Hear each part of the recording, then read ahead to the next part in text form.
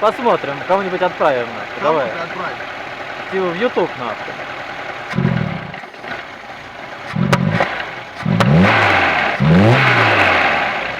Ебать.